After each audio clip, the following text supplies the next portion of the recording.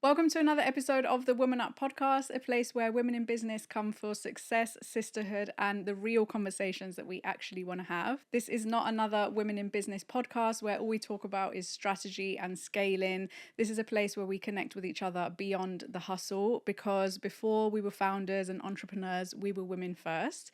So here we share our personal stories, our journeys, and how real life has actually shaped us. If you want to know more about our community as well, which is launching in July, I will let you know all about that later. So just stay tuned. But this is your reminder. If you are watching on YouTube, please hit that subscribe button so you don't miss any future episodes.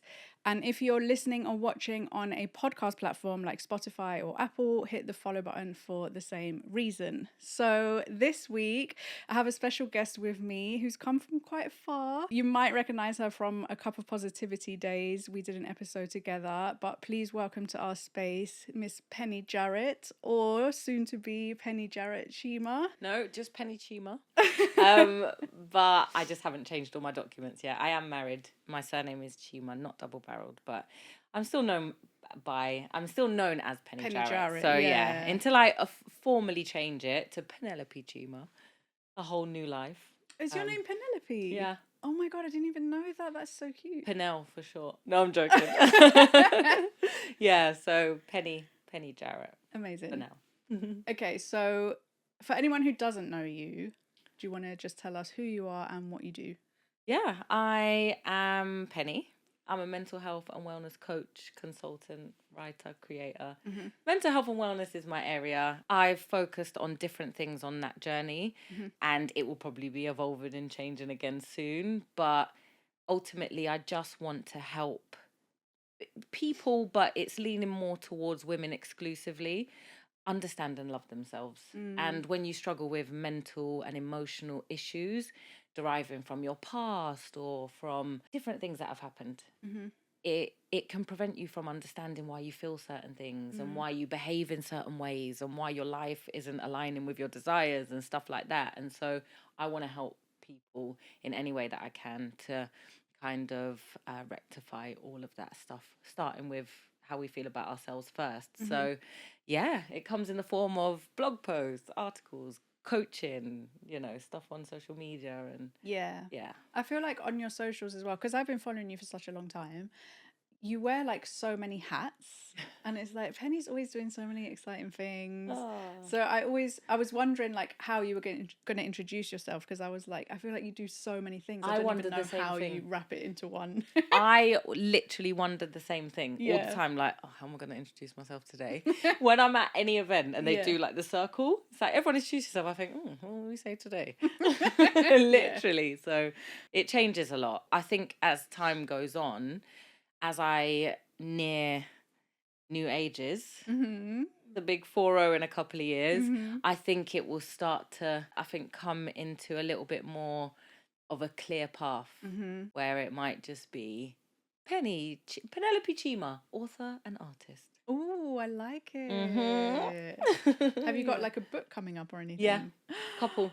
Oh, I'm excited. Okay, a children's book and a non-children's book. Okay, before we get into that, let's start with your retreat. Yeah. So you recently did... Oh, that little thing. No big deal. Loved it. Yeah. So you recently did a women's wellness retreat. Yeah. I was there with my mum, and it was amazing. Like, such a good weekend. I mean, it was more than a weekend, but... Tell us like that journey, like why you chose to do a retreat and like how all of that went, like organizing and everything. I have always dreamed of doing retreats, and it just so happened that my husband is in the business of wellness and healthcare, and knowing that health starts at home. And so how do you get people to feel at home and not have to let them go for a while? Retreats and events and things like that. And so with me and the kind of retreats that I've always dreamt of doing, a lot of my friends know, a lot of people that have spent time with me. I've had people that have moved in with me and lived with me for a while. I've had friends come to my house to spend a day and end up staying for a month, and I've always had this way where I've just wanted, this was before I was a coach, before I just wanted to pour into them and nurture them and love on them. And I think without it being too somber, I think it's because there were times when I didn't have that. And so I knew what I wanted and what I needed. But it's also just reliving some of the best times that I had, which were sleepovers when I was a teenager. I was going through a lot when I was a teenager. I was living in a lot of dysfunction, a lot of turmoil. But I used to go to sleepovers. Yeah. And not only did I get exposed to different households that were a lot more stable and normal, which helped me to know what was out there in the world, and that the dysfunction that I lived in was not the whole world. I was fully aware. I also had a really good time. I really enjoyed, watching Titanic, watching Grease, doing each other's makeup, even though I didn't really like makeup back then, learning how to use a mobile phone and texting people and prank calling people and doing, I really enjoyed that. I really enjoyed being around other people's parents as well. And, my mum even hosted sleepovers for me too, which was nice. And it's just that kind of vibe. But as I got older, I kind of did it in a more nurturing way. And so I've always dreamed of doing it in a more professional but also loving way. And I say professional because I just have in mind that I don't have to know the people. And like I said, I've had friends that have said to me, "Oh, the way you look after me when I come to your house, you could do this as a job, People could come for a week and leave healed." And so I always knew that I wanted to do it. And not, when I say in a professional way, not to take away any of the coziness, just like I said, just inviting people that need it, but I don't necessarily know. And so my husband has always had a similar way. We've always spoken about implementing the important things that happen in a home, eating together, just how the house feels, just again, health starting at home. So we make our house in that way. So if anyone comes around, they leave feeling good. And again, like I said, when I used to do it with my friends, I literally decorated and set my house up in a way that would be uplifting. Even if it was just my brother coming round, I'd light candles, I'd make sure food was cooking, I'd make sure good music was on, I'd think about him and what he's stepping into. And so, it's always been a dream. My husband had the same, and we've been doing smaller ones. They're all weekend retreats, but this one I'd been planning for a lot longer than, some of the ones that we've been doing in America. And it was just that. And it was better. Sorry, I've been pulled up on this. It was better. Oh. Yeah, I've been pulled up on this. I've been pulled up on it lately. It was better than I imagined. Yeah, as you might know. Yeah. It was so good because I feel like it was exactly what you said. Like, it was just, I felt like all of us already knew each other, even though the only person I knew was my mum and obviously you, but we'd never met in person as well. So I just felt completely at home with everyone, and like even the activities that you chose were just like activities that I haven't done for a really long time. So like on one of the days, we did the painting, and I was like, oh, I'm not going to be good at this, and like I get like really stressed out when like the painting doesn't look like what I want it to look like. So I was just like, I'm probably not going to enjoy this, but then it was so good. And even like watching my mum paint, I was just like, oh my god, this is so cool. And even that, the reason I did everything that we did, so planning it was, I would be honest and say, quite stressful. Not the activities, not like I didn't want to get too many outside people in. I wanted it to have that treat element. Like as you saw, the gift bag was crazy, and every day I had new gifts to give out, and we had so many. And we had people carrying out sessions and stuff, and to be honest, there was other things that were planned that didn't happen, but we improvised and it was great. But again, I didn't want it to feel, because I've been to some amazing retreats that have like, different people come in and leave. I've held sessions, like I've done art sessions and I've done talks at retreats and then left or stayed the day, but I didn't want it to feel like that. I wanted it to feel like, more natural, I guess. And don't get me wrong, there will be some, and there are some that I do that I like that, where people come in, they do their session and they leave. But this one, I didn't want it to be like that. I wanted it, like I said, to feel more warm.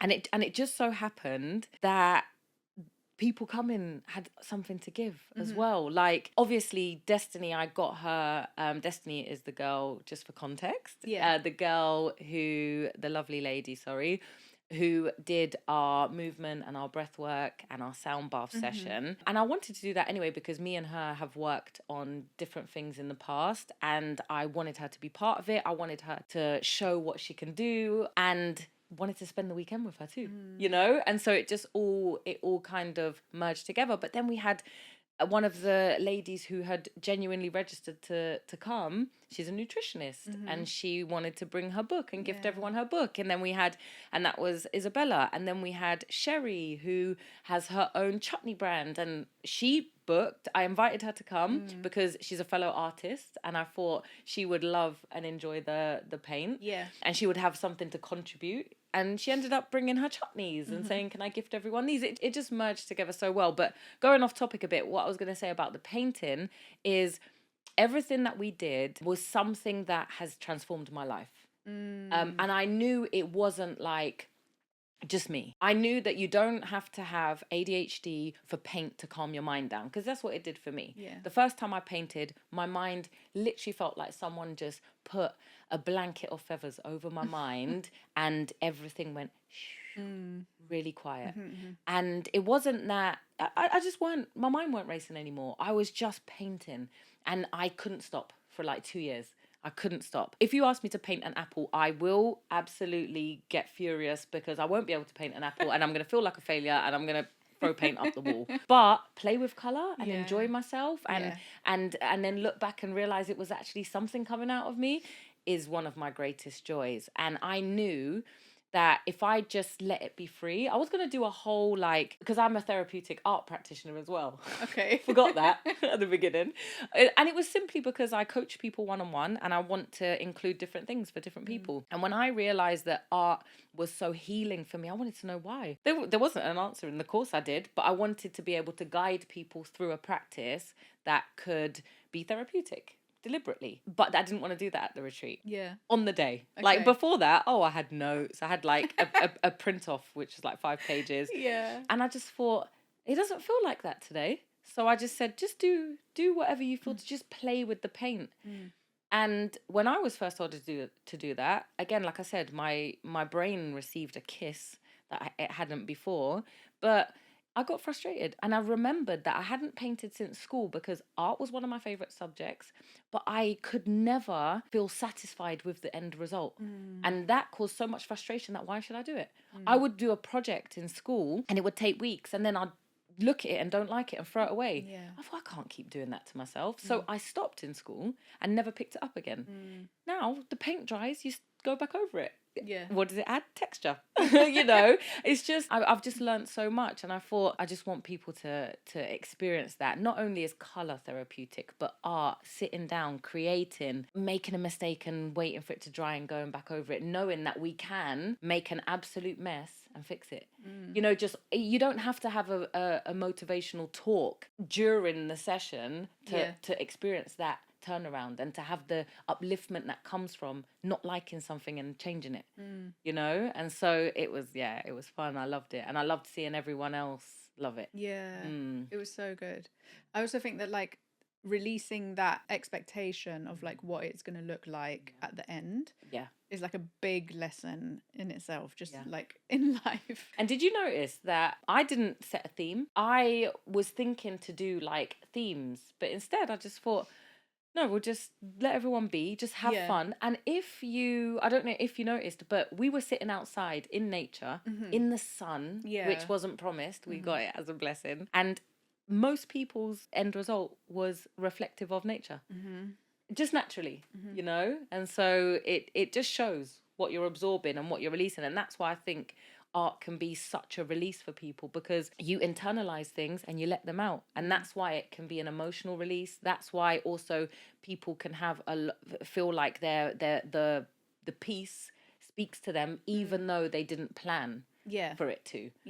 And it can feel very supernatural, you know. I won't go too far into it, or this will be Art Attack. Do you remember that show? Yeah, I used to watch that. I used to love him. When he did the big Art Attack with like loads at the end. Yeah, I loved it. Neil Buchanan. Yeah. Shout him out. Is he still alive? I don't know. I hope so. I haven't even like thought about that for such a long time. But yeah, I used to watch it all the time. Yeah, I same. loved it. I used to love it. Yeah. yeah. Are you going to be doing any other retreats? Oh, yeah. We've got loads coming up this year in America. So at the end of this month, we've got one in Denver. Anybody can come to any of them. Yeah. You know, if you're in the mood for a travel and you're able, then anybody can come to any of them. It's obviously people find the ones closest to where they live. But yeah, we've got loads coming up. We've got lots of other stuff that we're doing with Linden House. That's my husband's company that I also work with. Work with just sounds so vague. No. Part of.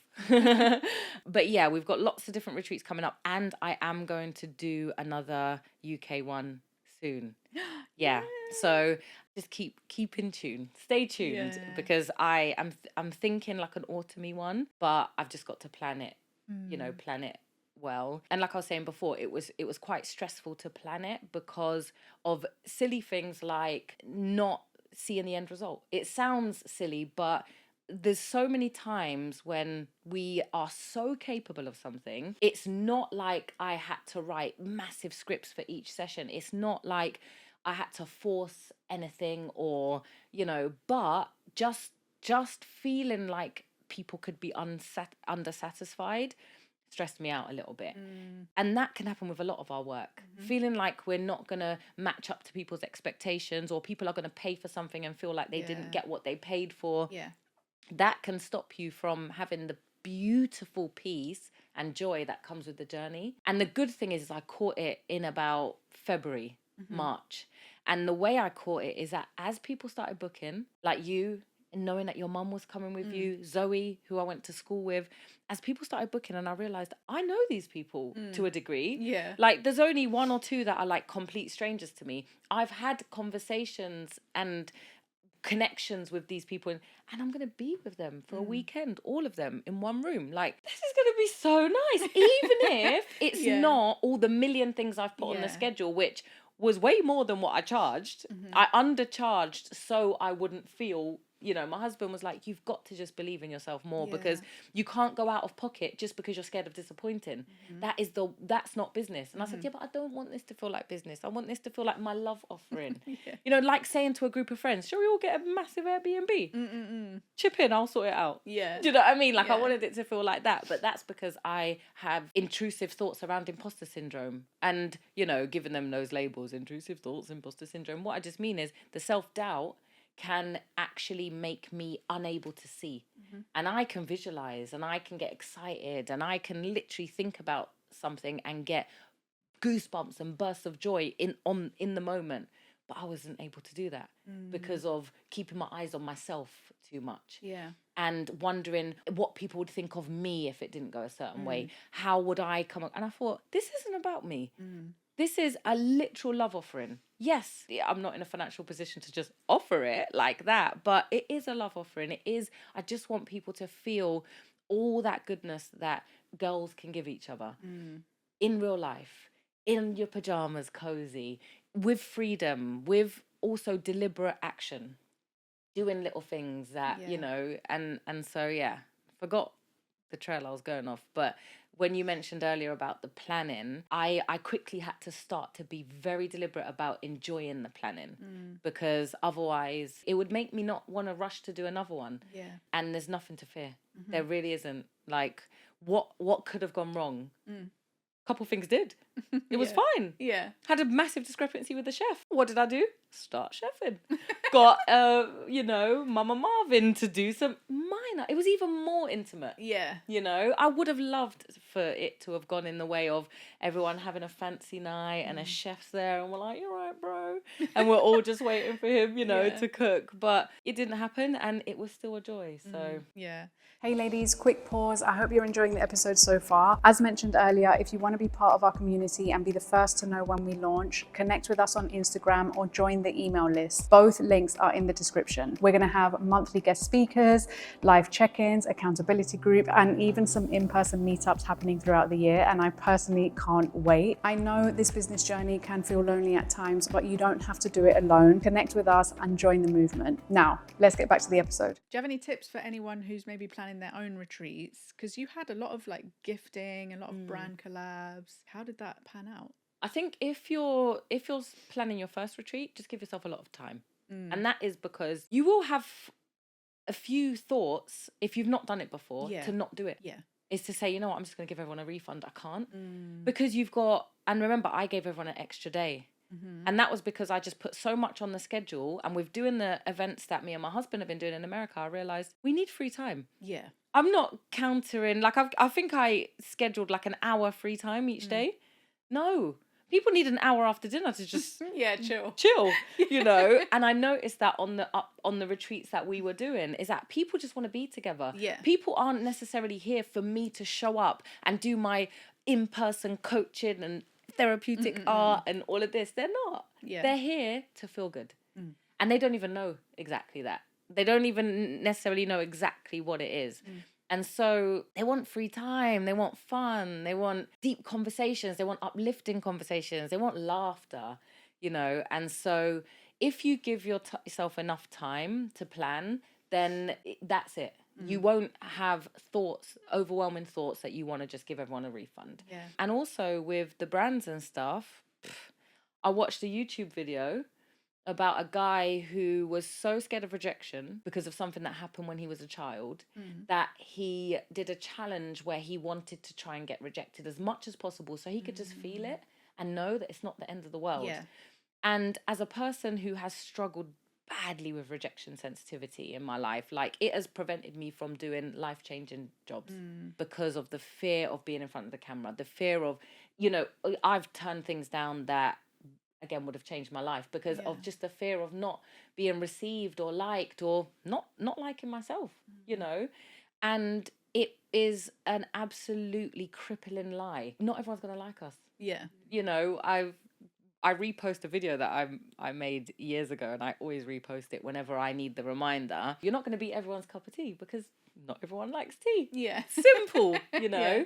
And that's fine. And so I'd come to terms with it, and I'd done a lot of self-work, so to speak, around this area because a lot of it stemmed from genuine things that had happened to me in my life. And so I decided to notch up my nose. I heard a talk by a woman who started a coffee shop, and I will tell you what it is after if anyone wants. I want to say Cafe Nero ages ago, but I can't remember. So I think it was a woman who started Cafe Nero, and she said, notch up your nose. And I just wanted to feel what it felt like to get the know that I'm not reaching out, I'm not doing things because I'm scared of it. When it comes, it's minor. Someone doesn't like me, I don't really like you either. Or I do like you. You don't have to like me, you know. It's not that bad. So anyway, this guy did this YouTube video and I decided to try it. And I actually tried it before I started planning for this retreat. And I just tried one thing. I reached out to my favourite magazine and I said, I love you. Literally. I wasn't love bombing, but kind of. I was just like, I love you. I love your magazine. It's amazing. If you're ever looking for a new writer, I am her. And they said, here's an email address. Can you send us an example article? Next thing you know, I had 6 articles in their magazine. It's called Mantra Magazine. It's a lovely magazine. And the following one I had to... Basically, I just started writing for this magazine. I was trying to notch up my nose. And I got yeses. And so I did the same with this. I just wrote a list of all my favourite brands and all the brands I would love to gift people. I would love to give everyone a gift with Tisserand, with Gymshark, with Arella, and products that mean something to me. So anyway, I just wrote a list of all my favourite brands. Some huge, again, like Gymshark, Rimmel. Some I just knew what I wanted, so I looked up brands that did those kind of supplements and stuff. And I reached out. And it was as simple as asking. And just saying, this is what I'm doing, this is why I'm doing it, and I'd love for you to be involved. Now, I didn't have enough boldness to ask for a financial sponsorship, but you can. You very much can. And it took a lot of chasing. I had to make a spreadsheet and make sure that I had a little alarm to chase on certain days so I didn't let it slip. And I'd reply straight away when an email came back, which was rare for me. I would... kind of put replying off to make sure I could think of the perfect reply. I was replying from, if I only had my phone, I wouldn't reply to an email because I didn't want it to say sent from my iPhone at the bottom. Oh, I got all of that perfectionism out. If someone's, I started off sending DMs and asking for the email address of the person that would deal with this kind of thing. And when I'd get the email address, I'd send an email, even if it was on my phone. Even I would just do it quick. I wouldn't overthink it. Yeah. And as it got closer to the day and my chasing got a little bit more shameless, so much came through. Yeah. So even like we even had stuff come through that didn't arrive in time. You know? Oh wow. Yeah. And some people said no. Yeah, And of I course. don't even remember who. Because it didn't matter. Because you had so much. Yeah, but also it just didn't matter. Yeah. Some of them said, oh, you know, we get whatever their no was, it did not matter at all. I didn't feel like it was personal because it's not. And I will reach out to them again for something else. Yeah, like, yeah. I did, and I told them that. You know, even if they were like, no, we don't want to do this, I'm like, never mind, I'll reach again. You know, I'll reach out again in the future. Yeah. Just because I wanted to build that resilience for myself, because it is an area that, despite, you know, what I'm also, one of the reasons we had in the retreat, there was a confidence building workshop, which ended up just being the photo shoot because time. Yeah. But I wanted to do the confidence building workshop followed by a mini makeover where we do each other's makeup. I love that when girls do it together. You know, when you're going out and everyone does a little thing for each other. I remember my cousin taught me how to do black liquid eyeliner, and I've had a few people teach me it in different ways, and life changer. You know, little things like that. Someone showed me about highlighter, and it was all on the little session before you go out. And I wanted to kind of create that. But the reason I wanted to do a confidence building workshop first is to identify the difference between confidence and self-esteem and how that shows up. And so I can have confidence sometimes, but low self-esteem. I can have, you know, and I just wanted to put myself in a position where I could feel sure. And so by having people saying to me, no, this isn't something that interests us, or we're not going to do this, or it's not the right time for us, it didn't feel like personal at all. Yeah. I did not wonder why once. And I was like, maybe I'm free. Maybe I'm free. And so the way that I did all of that myself, and I was clear, like, you know, sometimes when you've started a new business, and I'm sure a lot of people have done this, you've got an email address that is you, but no one knows it's you. And it's not like you're lying, it's just info or hello. Yeah. You know, but I made it clear it was me. Yeah. You know, I made it clear I'm asking, I'm doing, and you can delegate. It's nice to delegate. I did have someone helping to do some of the outreach, but it's different. When it's you, you do it in a different way. And I wanted to understand it as well, because I know that there's going to be a time when I do have a team and I want to know exactly A to Z of the whole process. And I do now. And if they get stuck or they need a pep talk, I'm going to be able to give it because I had to do it for myself. And if something's not working, like my husband teaches me, it's a numbers game. Yeah. If you're not getting people saying yes, you're not reaching out to enough people because there will be yeses. Why wouldn't there be? Yeah. You're doing a great thing. Why wouldn't people want to be involved? And if you say, well, they probably don't because, and there's a true because, then you need to sit down and figure out your why a little bit more.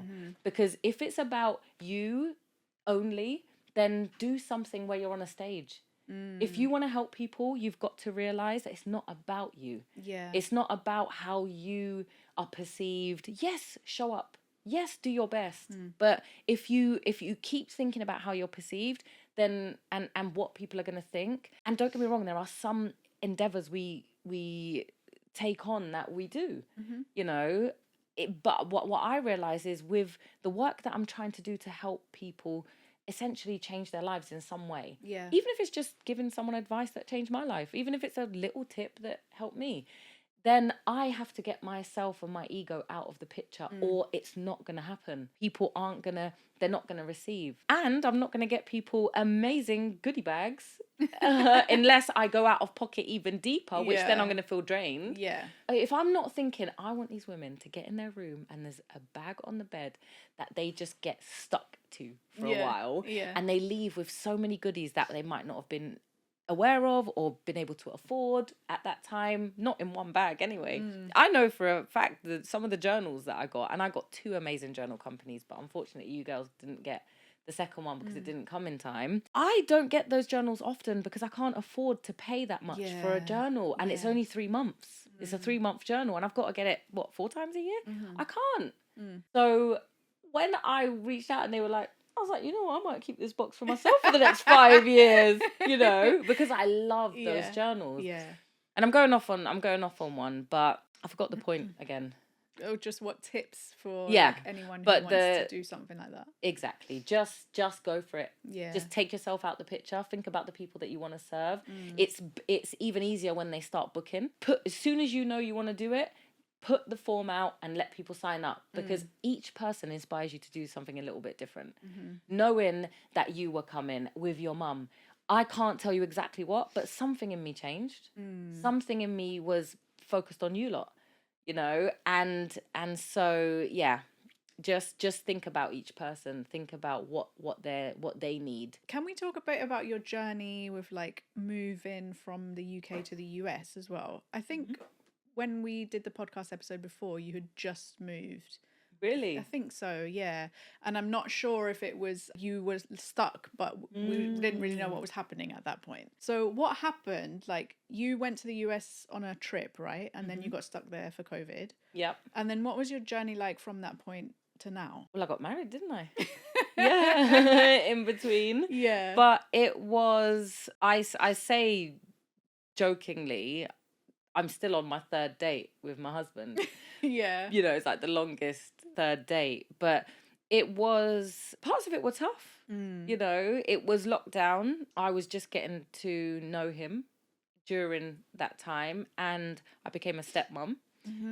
Even before we got married, you know, his children were locked down with us for quite a lot of the pandemic, and everything changed. So you guys went on like 2 dates and then you got stuck Well, living together. our 3rd time meeting up, 2 weeks into it, which was going to be a bit longer because we'd spent a couple of weeks together each time, but this one was going to be a bit longer, and we were going to travel, and you know, and we'd established that we're going to spend more time together. And then lockdown. So 2 weeks in, everything changed. Everything changed, from my work to my way of thinking, my whole personality. Yeah, I needed it. I obviously needed it. The good Lord knew what I needed. And if I needed to also have been rescued out of England at that time. I don't know how I would have managed. If I'm honest, I would have had some pretty bad habits by now if I had to do lockdown in London where I was at that time. Okay. Because I had just left my 9 to 5 to pursue my coaching and consultancy and speaking work full time. I had a contract with loads of schools. So I was going to do workshops and talks in loads of schools. Yeah, I had that sorted. I had something, you know, good scheduled with H&M and Facebook. Oh, nice. Yeah, and I had, you know, and then I was going to work on, so financially I was good for a while. And then I was going to just work on my group coaching courses and my one-on-one coaching and whatever else came after that. And so I'd left my 9 to 5. There was a lot that happened there, but I'd left. And then basically none of that could happen. Even if I could get back to England, it wouldn't have happened. And so going back, if I was stuck in England, going through the fact that I'd left my job, and I couldn't go back to my job because I wouldn't have wanted to, because I'd realised that I'd never been exposed to how little they cared about people until some tough stuff happened there, not directly with me, but as a result, I was affected, and I realised this isn't somewhere I want to work. And that's a real light way of saying it. So to have left my job and had all of my new work cancelled and being where I was at mentally, I would have gone down. I would have gone down a dark path, possibly. I say possibly because, you know, you don't want to speak those things, but I know. And I know why I had supernatural help sent in the form of my husband. Seriously. Love that. And it was like a knight in shining armor rescued me out of a burning building before it fell down. It was like that. That's how it felt. And I'm sorry if that's a trigger for anyone, but it when I started to realize what I'd been saved from was overwhelming. You know, it doesn't mean that I constantly felt like a princess with you know, on the back of a knight, because it was tough. Yeah. It was tough, Yeah, I but wanted to pick your brains about that because you've mentioned it, like me and you've had private discussions where you've spoken about your relationship, and I feel like there's a lot of stuff on Instagram where people are like, oh, couples goals, hashtag couples goals, whatever.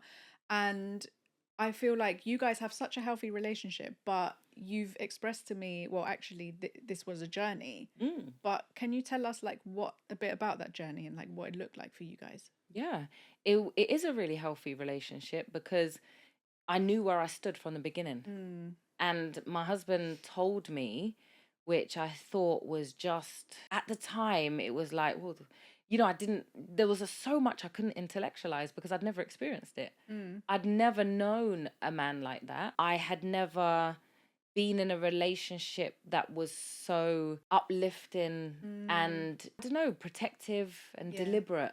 yeah. And he said at the beginning, I want to commit to you. I want to marry you. We weren't even in a Wow. relationship yet. We were getting to know each other. I want to commit to you. I don't want no one else. I want to marry you. That's my intention because I love you. That's amazing. And I hadn't cried in a long time. And I didn't cry in that moment. I would have rather ate my thumb. But even now thinking about Mm, what it did, and I didn't know what had happened in me, but the safety and the sure, like, even though I had a lot of anxiety around men, I had a lot of reservations, something happened within me that changed me. mhm, And I knew where I stood. mm, I knew from that moment if I'm on board, and I mhm. felt but I was, a lot of old trauma was coming up Yeah. because of my husband. Not because he was triggering me, but I guess he was without it being like anything hard. Intentional, yeah. Seeing him with his 3 kids being a dad was a trigger for me Mm, because the rejection that I spoke about earlier came from the first rejection I ever felt was my dad. And mm, it was rejection. It wasn't just I never ever had a dad. It was that my dad wasn't interested. When my mum left him, he wasn't interested in being a dad to me. And so I felt that and knew it and even saw him later on in my childhood. So this happened when I was like 4. And don't get me wrong, my mum left him, but there was no, trying to be in to keep touch. that No, relationship, he yeah. didn't. And I Mm, understand as well. I'm not excusing. I understand it was hard for him and he wasn't emotionally mature. But yeah, there wasn't. And I used to think as a child that there was a search party going for me. And my dad mm, was looking for me every minute of his life. mm, And when my mum got back in touch, because obviously I was presenting behavior that showed that I needed to be in touch, there wasn't any of that. He was just, moved on and whatever. yeah. And so I knew I had been rejected. Mm, And so seeing a man with his kids in mm, such a healthy way like that, and him being also someone that I loved, mhm, it was hard. yeah. It was hard. It was a strange hard. It reminded me of what I didn't have. Mm, And it reminded me of what it lots of pain came up that I had numbed over the years. mhm, And then also having emotions and needs and feeling vulnerable. So before I met my husband, I used to smoke and I had stopped. I'd smoked on and off at different points in my life. yeah. It had been a coping mechanism since my mum passed away. My mum passed away when I was 15. And from then, literally at her funeral, I Mm. smoked for the first time and Oh, it wow. was on and off as a coping mechanism from that point. I never ever had feelings that I fully dealt with. Mm, And then when I got to 21, I tried alcohol. Oh, that's nice.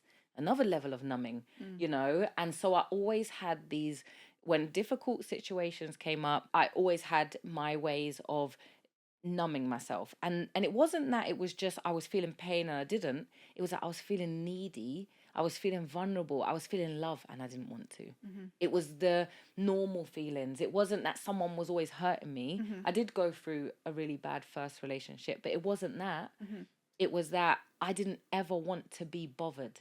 I didn't mm, ever want to miss someone. mhm. I didn't ever want to say to someone, please spend time with me, Yeah. or can you hug me, Yeah. or can you love me? Mhm, I so I numbed myself. Whereas now I was in this situation where I was not going to go back to those coping mechanisms, because I was with someone that created an environment where that don't happen. And I needed that. But I literally, then I started to emotionally eat. And I put on like 50 pounds in weight. And this is in the first year of living with him. So not only, and I had eating disorders when I was younger, really bad, throughout my whole teens and 20s. So not only am I having all of this childhood trauma coming up because of normal things happening, but I was starting to feel my feelings and trying to communicate them, but I didn't know how to communicate. I didn't know how to say, I want to spend time with you. I didn't know how, like, to me, that was the weakest thing to say to someone. Because what if the answer is no? Yeah. This is my partner at the time, who's already told me he's committed to me and wants to marry me. I still struggled, but I knew it was I didn't know it, like I said, intellectually like I do now, but I knew I could communicate it, but physically I didn't know how to. It's like an analogy that comes to mind is having a relationship with God. So for me, I know that God loves me, and I know that I can safely connect with God and release everything and trust him with my life and give up everything that is in the way of me being connected to him. And I know he's my heavenly father, but I don't know how to do that really as a human, because I've never had a father figure. I've never fully trusted any adult. I've never fully relied on anyone. So whilst I know 100% I can, physically I don't know how to do that. And even if you say just let go fully, okay, but my fully is small, because I don't know how to do that. And that's what it was like with my husband. I knew he meant it. I knew he wanted to marry me. I knew that he was fully in and committed, and that he, that I couldn't scare him off with my weird behavior. But I still didn't know how to be vulnerable. I had such a masculine way about me. I'm not saying men can't be vulnerable, but I'm saying I was even to the point in relationships, I always wanted to pay for everything. I didn't do it because I felt like splashing out on this delightful fella. It was because I didn't want to ever be a burden. I didn't want anyone to ever think that, I just wanted to fill all the gaps, and I didn't want to ever be in a situation where I needed someone. I wanted to, and I used to check in with myself. I used to say, well, I'd feel something emotionally amazing, and I'd say, how would I feel if this person died though? Wow. And if it was a sad feeling that came over me, I would start to pull away. Oh, wow. Instantly. And so I would always try to manage my, I guess, needs and emotions by withdrawing and withholding. And so, I guess what I'm getting to is there was a lot of unlearning and first times in this relationship, and the way that it worked for me, because I had most of the issues, to be honest. Not saying he was perfect, and he's had a lot of growing to do in this relationship, and we've both learned. But I came with a lot of invisible stuff that no one would have known about. Which is how I came across so cool in my other relationships, but it wasn't real. Other relationships might think she wasn't cool, but you know what I mean. But so unbothered by certain things. Because I hadn't let go. And going back to your question with how have we got to this healthy point, it's because I knew where I stood from the beginning. Just a quick reminder, guys, while you're here, if you have a podcast or a podcast idea brewing in that little brain of yours, I would love to support you. I currently have a mini course that helps you tackle the top 3 things that I hear that stops people from launching their podcast. I've also got other resources to help you launch or grow with ease. No more stressing over editing or strategy. I've got you. Just connect with me on Instagram and let's chat about how we can bring your podcast to life. It is time to stop procrastinating on this one. Okay, let's get back to the episode. I was going to say, because even when you're saying that right off the bat, he said, I want to marry you, I'm committed to you, whatever. It's so funny because I feel like as women, we're trained to be like, don't talk about marriage at the beginning, like don't come across needy, don't do this, that and the other. And he just came along and was like, he took all that down. I've been a wife in my heart since I first started dating. I know all I've wanted is to be a wife and a mum, and to just put flowers everywhere and Yeah. you know, and to just cook and make someone happy and to find out all these favorite meals and to make them, and you know, and I say that like that because I've known that and I felt it from a young age, but I never felt able to do it. I never felt the freedom to do it. Yeah. And I felt like being with a man where I never had to wonder, what are we? I remember in the past, even when you think that, or speaking to people that have shared things with me about relationships, like with the coaching that I do, there's a lot of relationship stuff we do, and I guess people would call it situationships, where Yeah. you know, where you don't really know what you are, but you're close, you're and just- you're this, and You're acting like a relationship, but you're not really. yeah. Yeah. And from my experience, I think I've had one.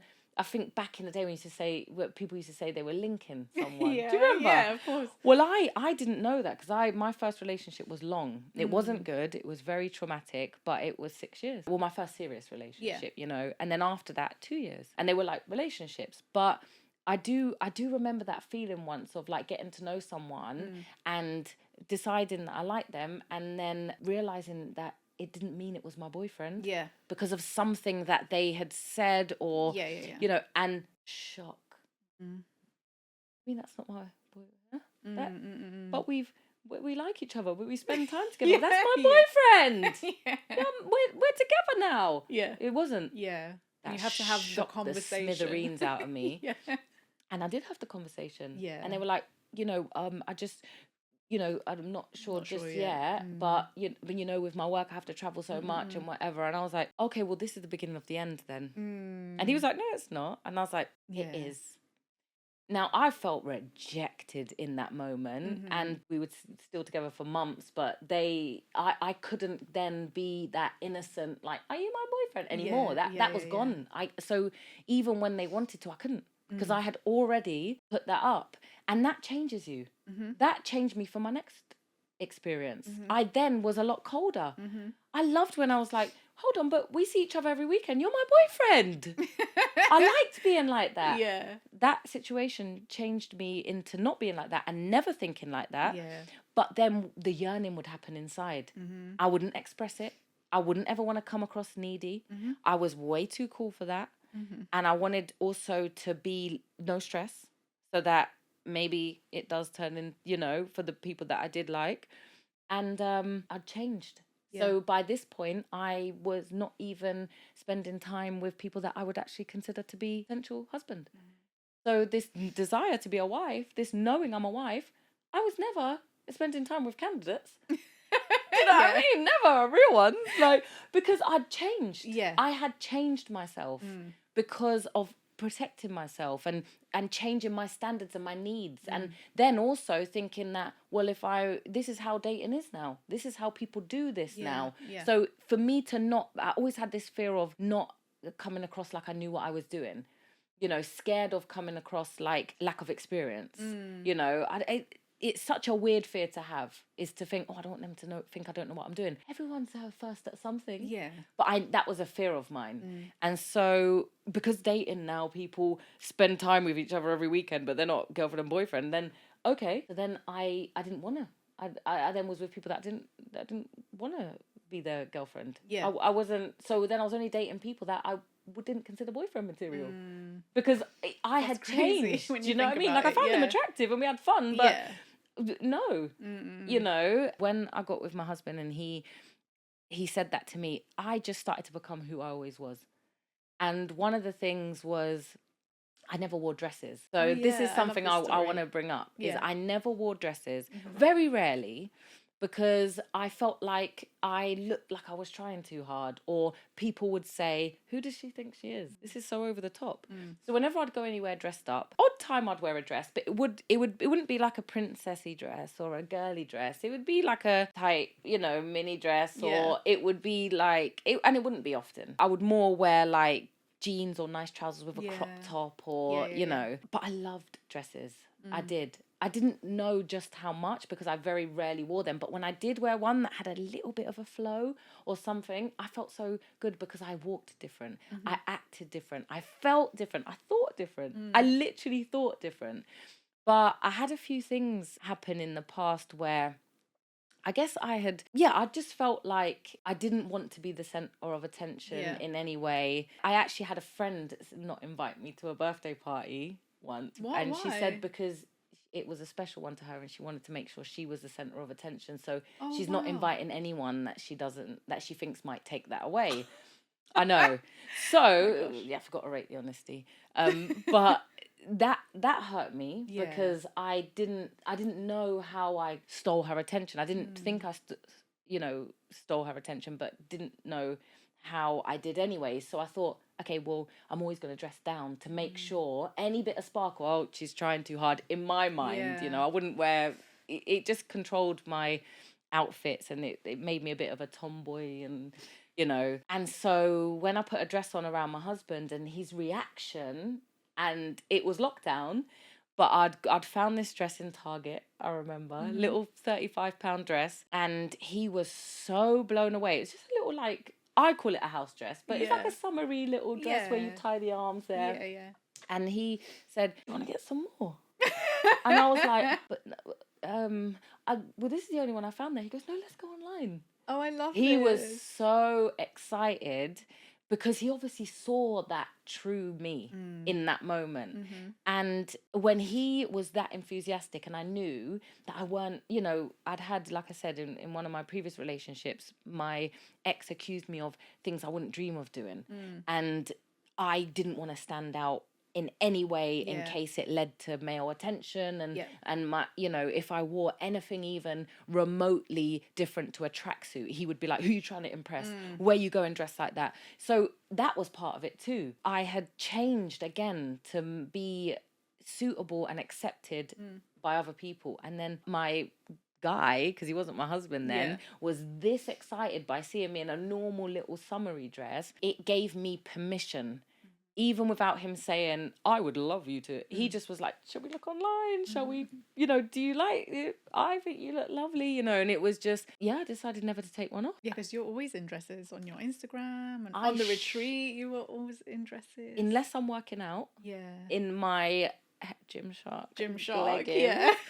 We love our Gymshark leggings. And this is not an ad, wherever I need to look. I forgot where the cameras are then. I'm like, this is not an ad. Unless I'm working out, I'm always in a dress. Why? Because I feel my absolute best. Why should I not feel my absolute best all the time? And it helps me to feel and be more feminine. It helps me to actually be more feminine, because I'm not whole yet. I haven't got to my fully elevated state. I have my moments. And funnily enough, and this could sound silly to some, when I'm having a funny moment and I'm in my gym wear, it feels very different to when I'm in a dress. It really does. Yeah. And I act and think different. Oh, I even really? storm off different. Like if I'm upset and I storm off, yeah, going. Very different to going. Do you know what I mean? And I know it's like, yeah, but so what? Be yourself. No, because some things that have happened to myself have changed me. And I need to be deliberate about making sure I do things that get me back to who I really am. And I am a fairy princess. I love it. And so I'm going to wear flowery dresses all the time. This one's a little bit masculine for me with the collar. Oh, really? A little bit, no, but I do love it. It's but nice I then experimented with lots of different dresses, because I knew, my guy was for it and he wouldn't be angry at me, because genuinely thought it could trigger anger from friends and partners and I'm not saying that the friend who didn't invite me to the party or whatever would like dresses in particular, but for me dresses stood out, and so I just and I say it to everyone. I said in the email for the retreat, bring a dress if you can, because it just feels lovely. There's a reason we wear a dress to our wedding, and there's a reason we wear a dress when we're Disney princess characters. There's a reason. Yeah. And for each of us, we have to figure out what that is. Yeah, it's funny that, because after the retreat, I started to ask myself, like, why I don't wear dresses. And because I'm the same, like, I'm either in tracksuits or I'm in jeans and like a crop top or whatever. And I have started on my Pinterest account pinning dresses.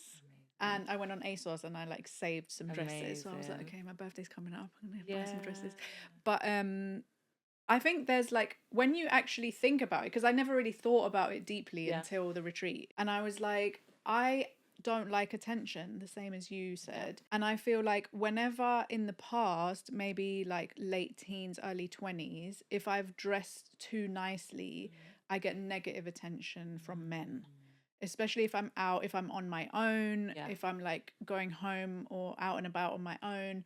To me, it's dangerous if too much attention is coming to me. And I was like, wow, like I never actually went this deep with this realization. Literally. And there's so many layers to it. There's so many layers to it. And you know what as well? It is actually, and obviously it's dependent on how you feel.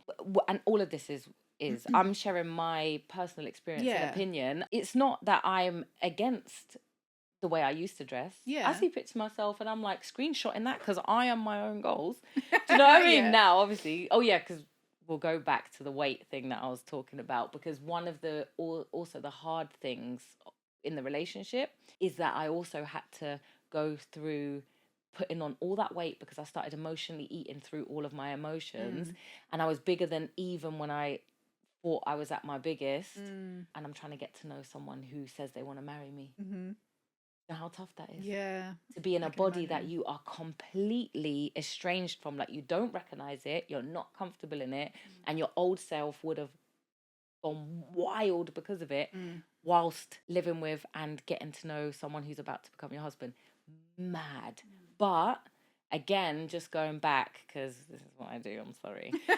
The way we've got to this point is because I trust him with my heart and everything. Because even when I was at my unhealthiest, and I say unhealthiest because I was, and the things I was eating were really unhealthy, really bad for me, and causing me bad moods, bad hormone imbalance, and you know, other health issues, he didn't change. He did not. And where you could say, yeah, well, why would anyone that love you change? Oh, when you suffer with rejection, you would think that a spot on your chin because your period's due would make your husband not love you anymore. You would think that having morning breath would make your husband consider leaving you. When you suffer with that intense rejection, to think that a person who is like I was severely bulimic, and I had the thoughts sometimes but weren't doing the actions, was not carrying it out, but the thoughts still sometimes plagued me. To be faced with my worst nightmare and to have someone loving me exactly the same as when I thought I was acceptable, where I was always acceptable, was healing. I don't have those thoughts anymore. I even remained at my biggest and felt good. I didn't want to stay there because I didn't feel healthy and I didn't feel energetic. I'm not a thin person anyway, so it's not that I'm tall, I'm curvy and you know, and I like it. But I got to feel really good, big to me, you know, and I say that because I put on 50 pounds and, you know, I couldn't, my belly button was hidden and all those things from me. And I'm like, well, and it's not all about other people and what they think, but he was the same. It didn't matter. He encouraged me when I wanted to change things. When I wanted to exercise, he says, do you want to exercise together? Should we go on walks together? He tried to be an accountability partner, but he didn't act any different. I didn't feel less attractive. I didn't feel less lovable or desirable or anything like that. I felt exactly the same as when I felt like I deserved that treatment. And what that did is heal the part of me that hadn't recovered from the eating disorders. By him being such a loving and being love, he was like living out love with his patience, with his firmness, with his, you know, real love, which I hadn't seen. I got to heal from a multitude of things. And the Bible says love covers a multitude of sins. And I know that can suggest that when you love someone, they can get away with murder. But the thing that I saw is that love can heal inner wounds. Like real love can heal how you see yourself, especially if the pain that you've experienced that made you feel unlovable was at the hands of others. And from people, or rejection or neglect or grief, losing someone, you know. So sorry, I just went back to that because I'd mentioned another part of one of the things when you said that I'd mentioned to you that it was difficult, because that would normally make me run a mile. I would never have normally stayed with someone if I felt like I had let myself go so bad Yeah. that they wouldn't want me anymore, I would normally run away to prevent being rejected. Yeah, I would just be like, no. But anyway, I just had to close that. Otherwise, that tab would have been on my mind all night, and I wouldn't have slept a wink, and I wouldn't know what it is. Well, I feel like there was something on my mind. So yeah, I just had to close that. But the unsafe people who get uncomfortable by the beauty of a woman to the point of wanting to abuse her in the street or wanting to feel like they have some form of entitlement over that. Like, look at you shining. Like, and I don't mean necessarily always physical, but I need to, that is an invitation for me to either be horrible, to make you feel cheap and uncomfortable, to make you feel like it was a bad idea. And sometimes it's because a good feeling comes, but they're not a good person. And they don't know how to deal with that. And they don't know how to deal with the impact of what's happening, because it can also shine a light on what they're not. And it could be that these people aren't operating as who they should be. And when they see someone coming along glowing, and this is trolls, haters, abusers, narcissists, all the people that attack for no reason. That thing where we say that, you know, people are mirrors. Sometimes someone shines a light on what you're not. And instead of you taking that moment to think about how you can become more of who you are and who you are meant to be, just decide to get absolutely furious at someone else doing it. Yeah. You know, so I just want to say that so that you never feel discouraged. So, you know, if you get attention, it's inevitable because you're standing out, and not everyone likes that. Yeah. Simple. Yeah. Some people are just dirty and rude. Yeah. Well, when I buy my dress, I'll send you a picture. Do. Show me your Pinterest. Yeah. I feel like we could talk for ages. I'm conscious of time. So I always finish my interviews with the Woman Up wrap up, which is just 4 questions I ask everyone. So tell me something about you that no one really knows. I'm only going to say this now. It's probably not that interesting, but we spoke about it at the retreat because no one knew that I could do hair. Oh, yeah. Do you remember? And it's not hair, that I can braid. I'm really good at braiding hair. You are really and good, extensions and stuff. And I know with you guys, I did like the 2, but I used to do like extensions with hearts and patterns and whatever anyone wanted. It was very much inspired by Alicia Keys when she first came out. I used to rent a chair in a barber shop. Oh, I love and braid. That. Yeah. That's amazing. Yeah. Okay. Would you rather go back in time and give advice to your younger self or meet your future self and hear what she has to say? Back. Oh, really? So yeah, my younger self, because I would simply try my best to remind her and let her know that, and it sounds so cliche, but it is one of the best affirmations ever. And it is, I am better than I think. And not everything I think is real. Yeah. I probably said that on your last podcast because if there was a question that asked, because forever I wish I could tell everyone that.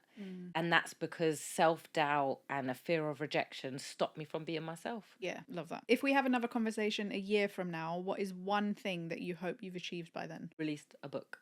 I'm excited about this. Yeah. Or have at least got a post on Instagram that says, pre-order my book here. What is it going to be about, quickly? I've got 2 that are in the works. And one is literally Hugs for Your Soul. Oh, so just lessons and stuff. And yeah, it's my Hugs for Your Soul book. Yeah. My book after that will be like my life story in a sense. That one feels a bit tender, but that's called A Road to Peace. Oh, I love that. But also I'm not going to talk too much about it because this one's a bit precious and I'm working on it and I'm scared to release the title yet, but it's a children's book series. I love this. And it's a really, really wonderful, uplifting children's book that has different, would you call books episodes? I don't know what they're called, but there's a word for it. Yeah, it's like issues or issues. Yeah, I've forgotten the word, but it's a children's book and it's gonna be great. Love that. Yeah. Okay, last one is, if you had to describe this season of your life as a song, a book title, or a movie, what would it be? Oh, this season. So this is funny. Oh no, I don't even think I've seen this film, but I feel like I'd say season as in year. Okay. Just because I would say this whole 5.5 years of living in America, getting to know my husband, marrying him, and all of that is a season. Yeah, for sure. And I've said this for the whole thing, but what happened is when hard times and difficult situations came up, my faith got rocked. So the song from the film would be "Don't Stop Believing" from Glee. Oh, You know, don't stop yeah. believing, hold on to that feeling. I don't think I've seen that film, but that just came into my mind when you said it, because I wish my faith, it's not just as simple as my faith in God. My faith got rocked when times got hard. I was having a conversation with my husband about this recently, and when I was living a life that I weren't proud of, when I was living a double life, like I was going to church and serving at church and doing things, but then partying on the weekend, and to the point of not remembering the weekend. You know, I'm not saying balance isn't good and we can't enjoy ourselves, but I was living a very double life, and one side didn't feel like me, but I kept doing it, and I wasn't proud of it. Again, if you're proud, it's your business. Yeah. I weren't proud. I was living a double life and it wasn't good.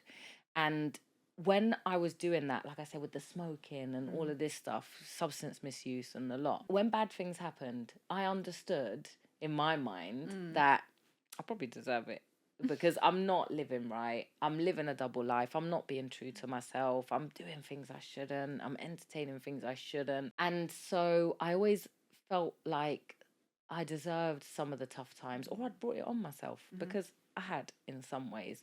So when I felt like I was on the right path and I'd got rid of a lot of my bad ways and I'd straightened up my life and I was in alignment, and bad times still happened, faith got rocked. And I felt like, I don't know, I felt like I didn't believe in what I knew I'd been guided to before. I knew I was where I was meant to be, but I couldn't fully enjoy and embrace it, because I felt, so why am I still struggling with things? Why has my mental health felt like it's declined the past few months? Why am I always anxious at the moment? I must deserve it. Like, and I didn't know I had such simple thinking in that way, because you don't go through hard things because you deserve it. Hard things happen, and our perspective actually decides how hard it is. Sometimes it's you can consider it joy when you go through hard things, because you're like, well, boy, I needed to refine this area of my life. It's tough, but looking forward to it being over. And some people no longer want to be here for the same situation. It depends on where you're at, and every difficult thing that we go through has an opportunity to transform us in a better way. And so, what the question? The question was why you picked "Don't Stop Believing" from Glee. Because I wish I remained joyful through some of the hard things. You would only really get that if you knew how pessimistic I had become, and I couldn't even fully embrace some of the enjoyable journey of getting to know my husband, because I got stuck into a low at times that I couldn't explain. And I couldn't get out of. Well, I obviously did get out of it, but at the time it stole my joy. It really did. It made an adventure seem like a catastrophe, and it's because my faith had been injured. So you can play that track now if you want.